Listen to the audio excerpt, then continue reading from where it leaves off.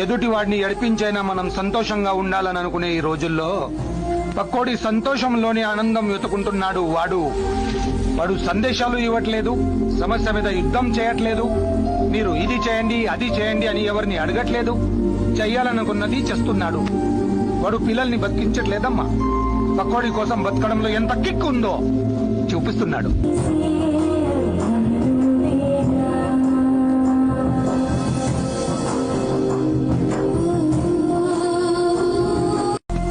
ఎదుటి వాడిని ఏడిపించైనా మనం సంతోషంగా ఉండాలని అనుకునే ఈ రోజుల్లో పక్కోడి సంతోషంలోని ఆనందం వెతుకుంటున్నాడు. వాడు సందేశాలు ఇవ్వట్లేదు, సమస్య మీద యుద్ధం చేయట్లేదు, మీరు ఇది చేయండి అది చేయండి అని ఎవరిని అడగట్లేదు, చెయ్యాలనుకున్నది చేస్తున్నాడు.